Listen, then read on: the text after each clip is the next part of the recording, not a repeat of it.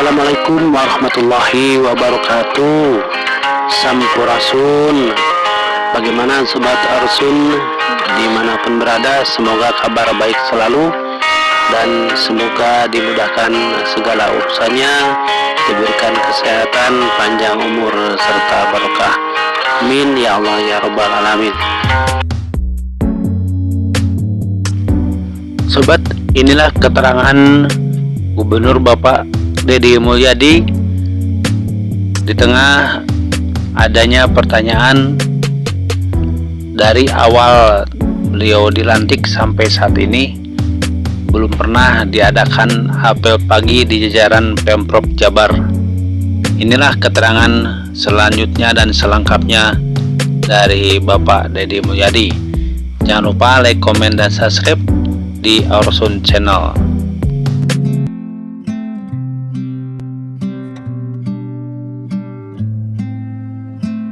Yang kedua, sekdanya harus yakin bahwa pimpinannya itu terarah.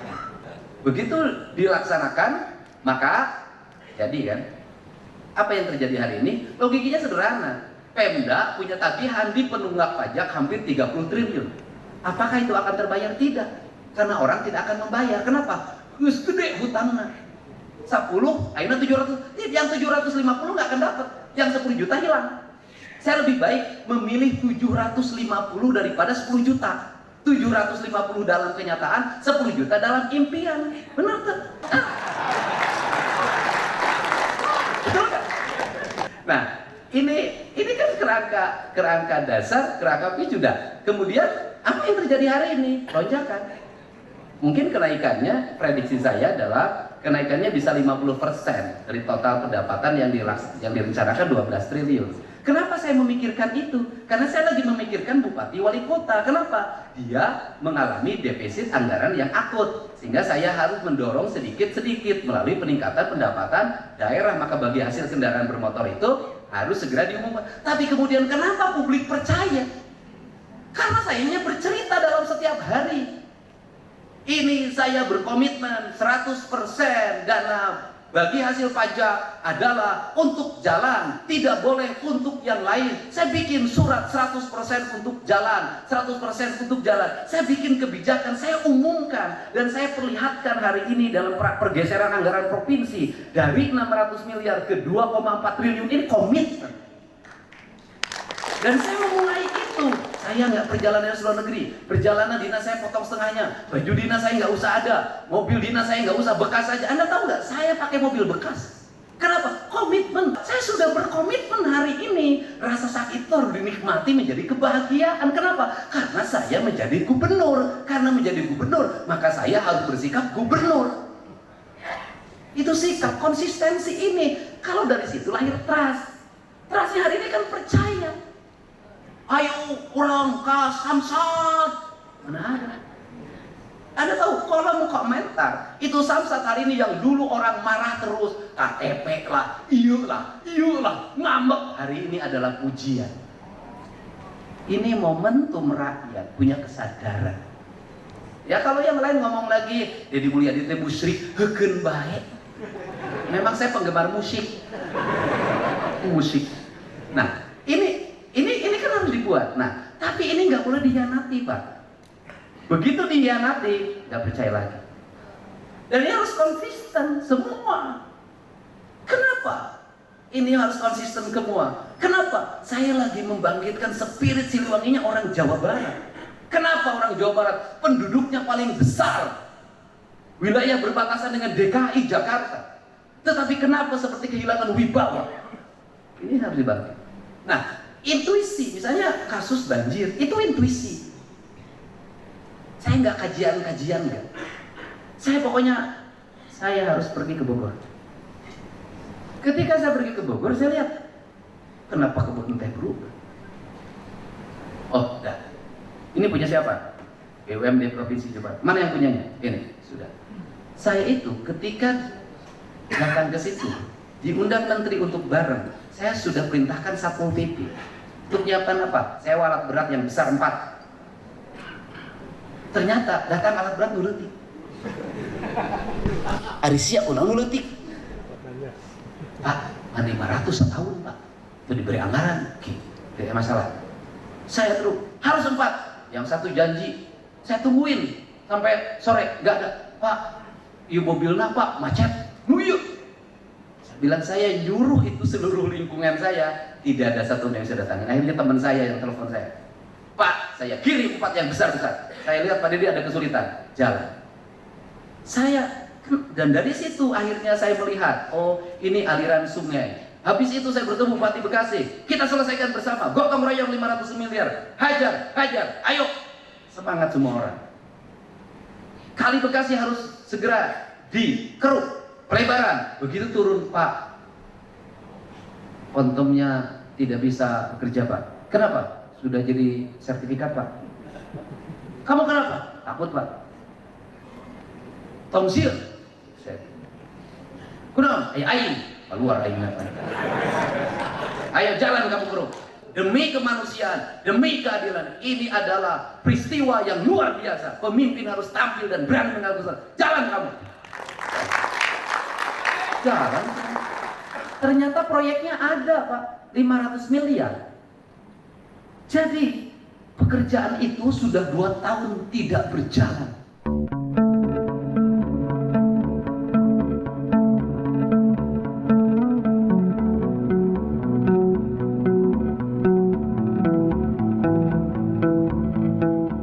Dan saya katakan terus jalan. Saya masuk lagi ke Gapus. Bongkar hari ini, bongkar. Saya baru sadar setelah bongkar itu malamnya di WA teman-teman saya. Kang Dedi selamat, kunon, eta teh jagoan di Bekasi numpang hebat-hebatan di dinya. Untung nggak bejana aja nih. Kamu tuh aing sih saya. Makanya Anda pemimpin itu jangan tipis kuping, jangan sekali-kali pemimpin terlalu banyak mendapat informasi, bahaya. Kenapa? Mau tulus. Saya pemimpin itu tidak semuanya. Bila perlu pemimpin itu budek. Kenapa harus budek? Karena ketika Anda bertindak sesuatu yang itu banyak kepentingan orang, ekonomi, politik, Anda banyak ditelepon orang. Pak Dedi itu punya saya, Pak Dedi punya saya, Pak Dedi punya saya. Nah, kemudian kalau Anda budek kan enak. Ya kan? Budek enak. Kenapa? Tegak dengi, dia kira ngebejaan. Kunaon bupati eta dicari ku aing ditapot tegak dengi. Eta mah budek bupati oh palingan kan. Ini penting, Pak. Nah, setelah itu baru saya lihat urai. Setelah itu apa? Baru sepanjang sejarah bangunan digusur didukung publik.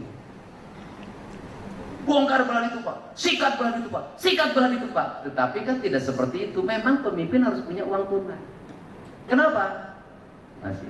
Anda tahu nggak pada akhirnya berapa? Itu kali Bekasi, KF, itu dijualnya 1 juta per meter. Kali berapa ribu, berapa puluh miliar. Nah, konektivitas kesadaran itu, apakah Dedi Mulyadi klinik?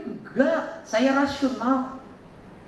Untuk itu saya berpikir, ini hujan harus segera dicari cara agar tidak deras. Maka BMKG. Ternyata kita selama ini tidak pernah memanfaatkan BMKG sebagai mitra. Bayangin Jawa Barat provinsi dengan tingkat bencana yang sangat tinggi tidak punya radar satu. Memang setiap hari orang sini baca radar Karawang. Nah, kemudian saya akhirnya modifikasi cuaca dan sampai kemarin bisa terkendali. Dan insya Allah mudah-mudahan sampai Lebaran bisa terkendali. Kenapa ini dilakukan? Karena resiko dari banjir itu mahal. Pertanyaannya adalah apakah sekarang musim hujan ekstrim? Tidak. Hanya 20 sampai 30 mm rendah. Tapi kenapa sudah banjir? Daya dukung lingkungannya sudah tidak memenuhi syarat. Di Bekasi dan kota Bekasi serta Karawang, jumlah perumahan pemukiman tidak terkendali.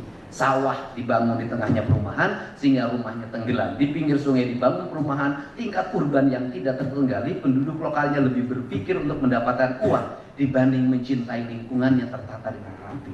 Dan itu juga terjadi pada Purwakarta.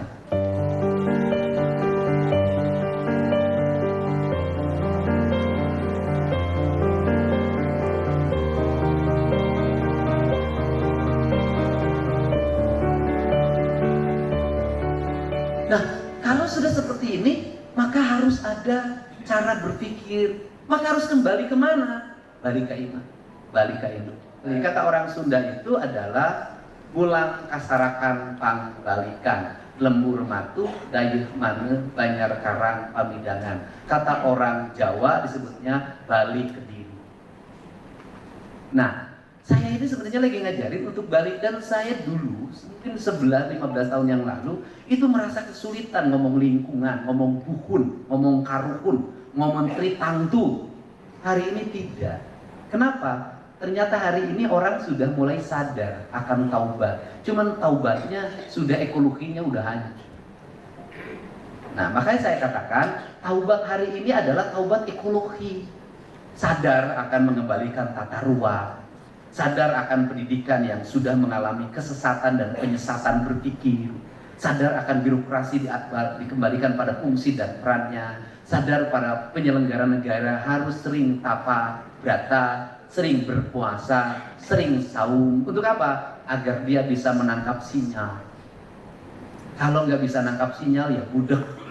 Kalau sudah budek ya nanti nggak bisa lagi baca fenomena. Nah, kalau seperti itu maka tidak punya rasa, karena inti dari kehidupan itu, kepemimpinan itu dalam pandangan saya adalah rasa dan perasaan. Sehingga pemimpin itu orang melakukan dia tidak boleh melakukan, orang memakan dia tidak boleh memakan, orang ramai dia diam. Ada saatnya berkumpul dengan ribuan orang dengan riang gembira, ada saatnya dia sendiri tidak boleh diganggu oleh siapapun.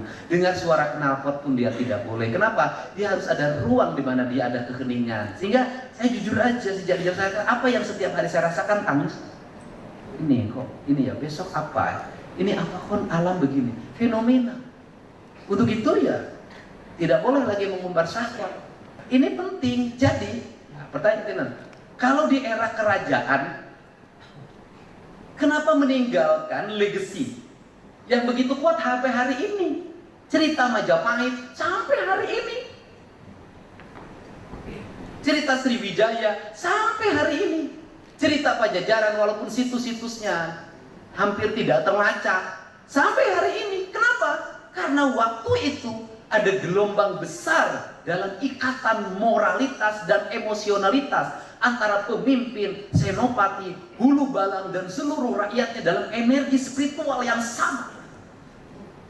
Pertanyaannya adalah, kenapa hilang hulu balang? Kenapa? Gak ada ikatan, Pak. Orang bekerja menjadi kuli tunjangan, kuli perjalanan dinas, kuli honor. Karena menjadi kuli dia tidak ada lagi ikatan emosionalitas, spiritualitas, sehingga spiritualitasnya menjadi ritualitas. Karena menjadi ritualitas menjadi rutinitas. Karena menjadi rutinitas ya menjadi rutin upacara, rutin itu, rutin ini, sehingga nggak ada spiritualitas. Kalau saya sih memandang ruang upacara itu ruang spiritualitas. Kenapa saya tidak mau apel sampai hari ini? Karena kalau setiap hari nggak ada spiritualitasnya, yang ada rutinitas. Maka harus sekali-kali. Maka saya lebih memilih apel itu cuma setahun sekali aja, pas 17 Agustus, agar spiritualitas, bukan rutinitas. Kenapa? Karena apel itu menyiksa pegawai. Menyiksa pegawai bagaimana? Pimpinan apelnya, kepala dinasnya, kepala OPD-nya, sekdanya, bahkan gubernurnya, bahkan bupatinya, itu selalu marah-marah pada yang hadir apel. Kalau peserta apelnya 300, yang hadir 250, 2 jam dia ngomong di hadapan yang hadir. Nah, sia.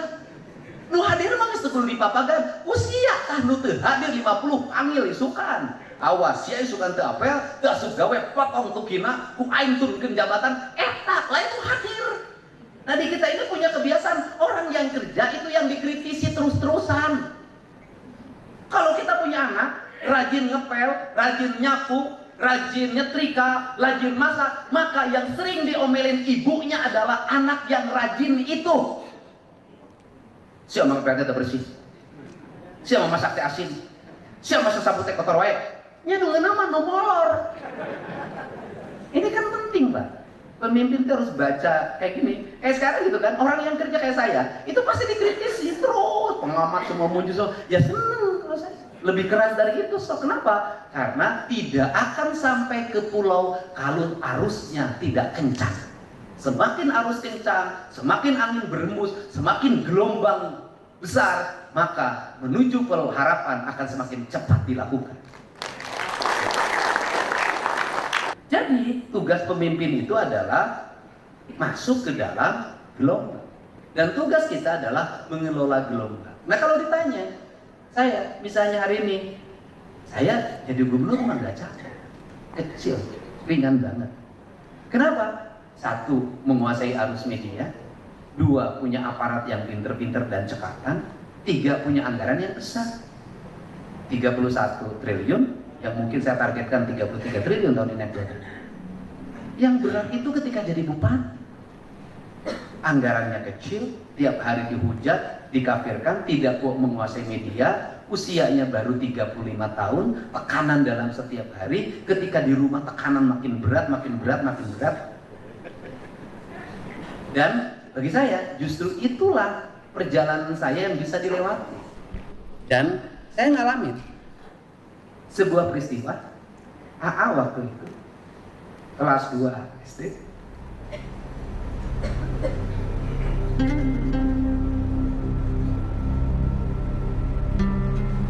tuh lari ke saya buat stiker. Kemudian dia mengatakan, ayah mau dibunuh. Dan saya paham psikologi waktu itu lahir kebencian pada kelompok tertentu. Bencinya hanya luar biasa. Kenapa? Karena ayahnya terus-menerus diancam dan digunakan. Dan saya mengatakan, sabar, ini adalah cara untuk melewati itu. Dan bisa melewati masa sulit itu dengan baik. Jadi Aula itu hidup dalam trauma psikologi yang berat, yaitu mengalami tekanan melihat ayahnya dicaci maki, dihina, dilemparin pakai batu, melihat rumah dinasnya dilemparin pakai batu.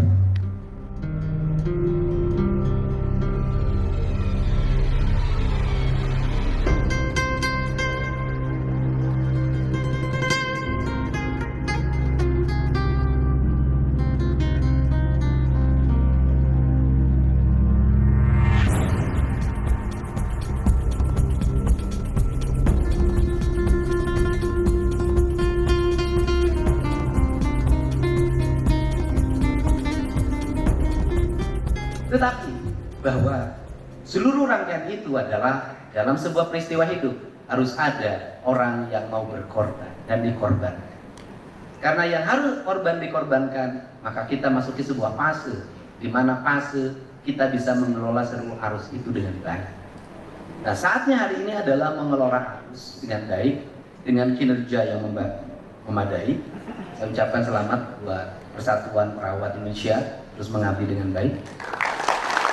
Dengan kinerja yang memadai. Kenapa? Hari ini kerangka ideologis yang dulu menjadi kecemasan Kang EF di Jawa Barat, yang kanannya, hijaunya di Jawa Barat itu berat.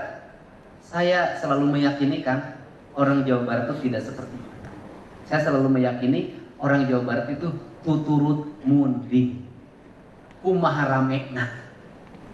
Orang Jawa Barat itu selalu mengikuti kumaha ramekna. Ramekna kamana biru orang Jawa Barat. Itulah ciri khas orang Jawa Barat. Kenapa? Karena orang Jawa Barat itu kehilangan watak ideologisnya ketika Pajajaran bubar. Dan akhirnya dia pragmatis. Dia akan ikut pada siapapun yang rame dan menguntungkan. Sehingga kalau politik di Jawa Barat pasti kumaha ramena. Ini kerangka ya, ini kerangka, ini orang Sunda. Orang Sunda tuh wataknya seperti itu. Karena wataknya seperti itu, ya tahu pada akhirnya karena orang Sunda itu kehilangan pemimpinnya lama. Berapa ratus tahun yang lalu, 500 tahun yang lalu, kehilangan pemimpinnya lama, sehingga orang dari NTT itu begitu ketemu saya, Gubernur Nusa Tenggara Timur, Kang Deddy, kenapa? Itu kerajaan Pajajaran sekarang hidup lagi ya?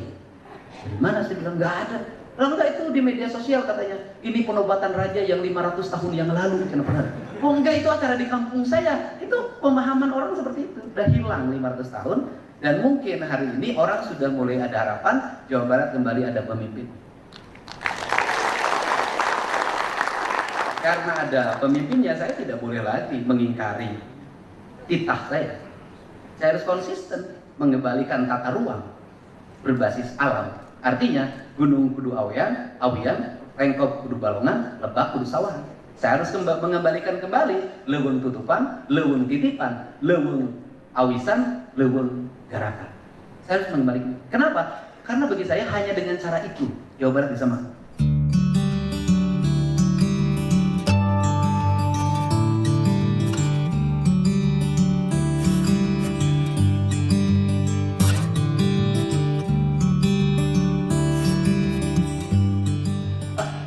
Bekasi itu UMK-nya 5,5. Apakah kehidupan masyarakatnya bahagia semua? Karawang itu UMK-nya 5,4 juta. Apakah sejahtera? Jauh lebih sejahtera orang-orang sana. Artinya bahwa pendapatan yang tinggi tidak diimbangi oleh lingkungan yang tertata, alam yang terpelihara, hanya akan melahirkan kegelisahan manusia. Jadi kalau ditanya, saya ini sekarang tuh keliling terus kemana-mana, saya pengen piknik ke Bali? Enggak. Pengen ke Singapura? Enggak. Kenapa? Saya tuh hanya pengen diam di rumah. Hiburan saya tiap hari apa? Foto sawah. Oh lagi apa? Pertumbuhan saya amatin. Loh, bahagia. Kan kalau kerangka berpikir pemimpin sampai ASN semuanya seperti itu, betapa efektifnya, betapa efisiennya, betapa hebatnya kita ini punya keyakinan pada lingkungan, betapa hebatnya anak-anak kita nanti tumbuh dalam watak lingkungan pendidikan yang adaptif, lingkungan pendidikan yang cerdas. Anak-anak bisa memberdayakan sampah menjadi nilai ekonomi, anak-anak bisa melukis di ruangannya menjadi yang indah, anak-anak bisa berjalan kaki ke sekolahnya sambil bercandaria, anak-anak di ruang kelasnya hubungan guru dengan muridnya penuh dengan cinta dan kasih sayang. Guru tidak mau meninggalkan ruang kelasnya karena dia ingat dan sayang sama anaknya. Murid-murid juga kangen bertemu gurunya. Ini yang saya inginkan, cinta.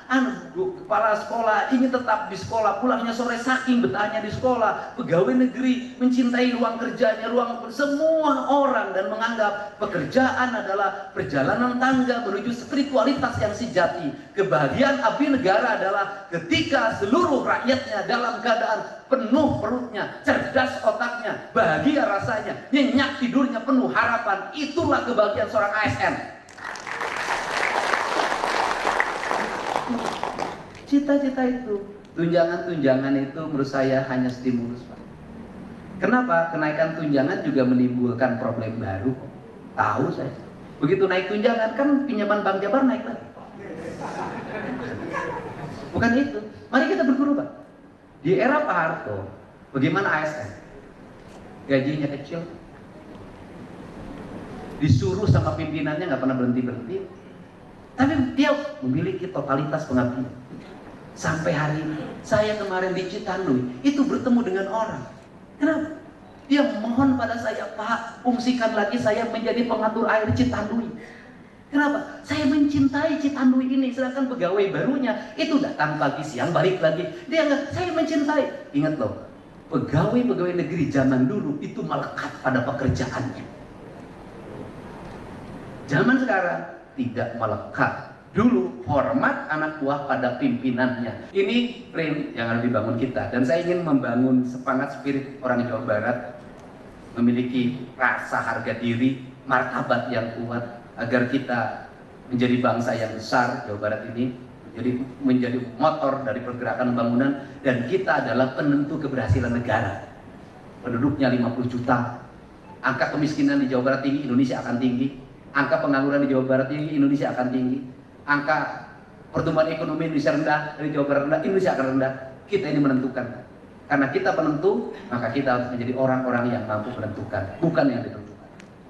Lama kita ini menjadi pengikut siapapun, dan kita hari ini saatnya kita bangkitkan diri, menatap masa depan, bangun kinerja dengan baik. Kalau dalam bahasa Pak Sekda, bertarung.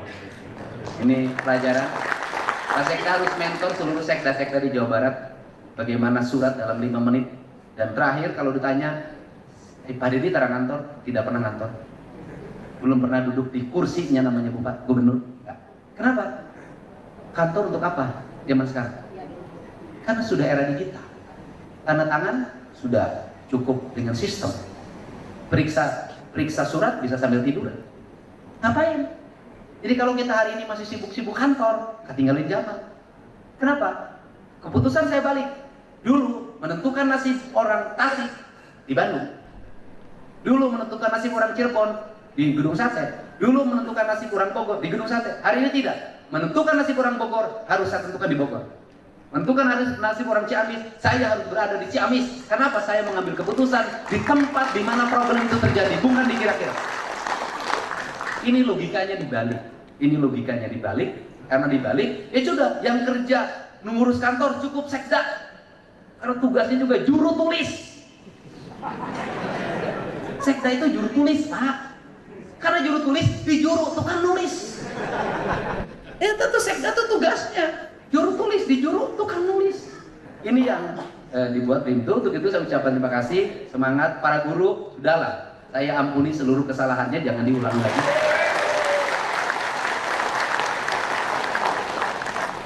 Pajak saja saya ampuni, apalagi dosa kepala sekolah. Tapi nanti kepala dinas pendidikan semuanya bikin surat pernyataan, tidak boleh mengulangi lagi peristiwa itu. Ini dibuat dan kita membuat pendidikan ke depan. Tugas sekarang Dinas Pendidikan Kabupaten, Provinsi segera dikoneksikan anak-anak yang akan masuk SMA ada berapa.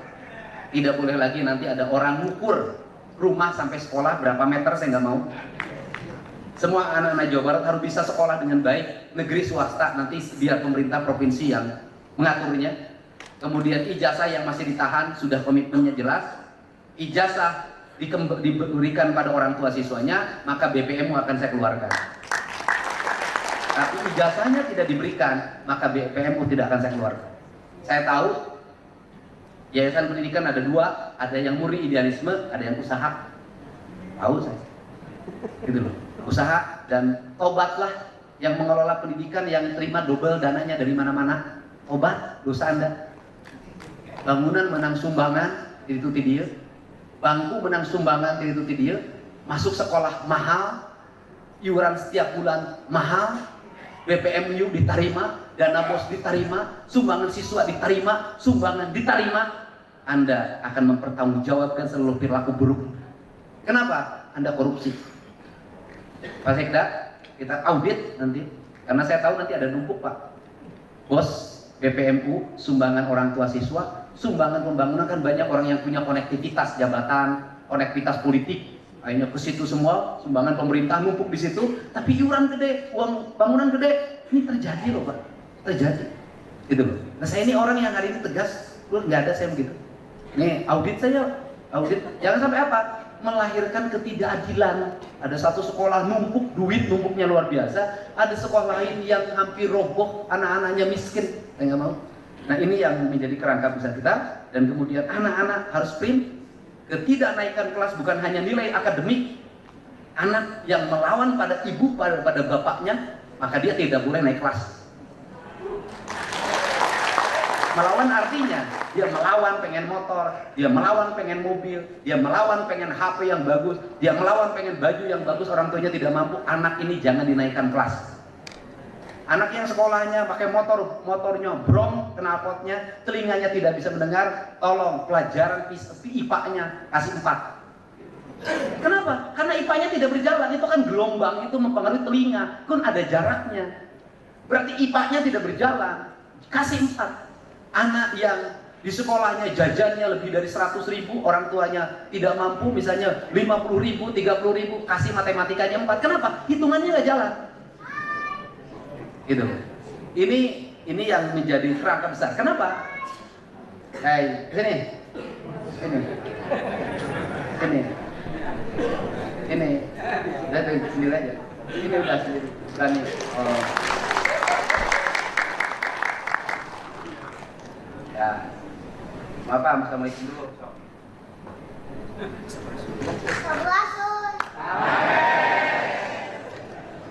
Ya, jadi ini yang harus menjadi kerangka kita. Kenapa? Karena kita tidak ingin hebat di teoritis, tapi miskin di praktis. Jadi kita ingin melahirkan orang-orang yang praktis. Untuk itu saya ucapkan terima kasih atas kehadirannya. Teman-teman dari Dinas Pertanian saya ucapkan terima kasih. Nanti pertanian sinergi dengan pendidikan, peternakan sinergi dengan pendidikan, kelautan sinergi dengan pendidikan, kemudian industri sinergi dengan pendidikan. Semuanya anak-anak sekolah kita tidak lagi menghabiskan waktu. Parah anak sekolah kita ini, Pak. Kita anak-anak SMA itu udah parah, Pak. Di pinggir sawah, ngabuburit tapi bari udun. Ya ini saya mah ngeliat tiap hari, Pak. Kan saya pulang ke rumah, Pak. Aisyah karena raun ini, mana-mana SMA 2. Saya kenal ngabuburit, Pak, ngabuburit bari udun. Nah, saya ini saya tidak bicara persoalan puasa dan esensi puasa, tuh kan itu. Maksud saya adalah rasa malunya sudah hilang. Itu penting. Rasa malu. Geus teu boga akhirat. Ini penting. Ini penting dan di balik itu orang tuanya dalam keadaan ekonominya berat. Jadi hari ini banyak anak-anak yang bergaya seperti artis, orang tuanya hidupnya, ekonominya sangat miris. Ini penting. Dan ini saya lagi menghindari akhirnya gap manusia. Anak-anak orang kaya sukses, anak-anak orang miskin gagal. Ini akan menjadi kelas baru, nanti berbahaya. Seberulang-ulang saya ngomong itu, dan harus berubah. Kenapa? Iklimnya berbeda, Pak. Iklimnya sangat berbeda. Dulu anak-anak miskin rajin puasa, rajin kuli, rajin itu, rajin ini, dia sukses. Hari ini anak orang miskin jadi geng motor, harus dirubah. Tidak semua juga, tapi itu kebanyakan. Saya ucapkan terima kasih. Salam untuk semuanya. Pak Bupati bekerja dengan baik, tinggal masuk ke wilayah pengabdian. Terima kasih. Wallahu muwaffiq ila aqwamit thoriq. Assalamualaikum warahmatullahi wabarakatuh.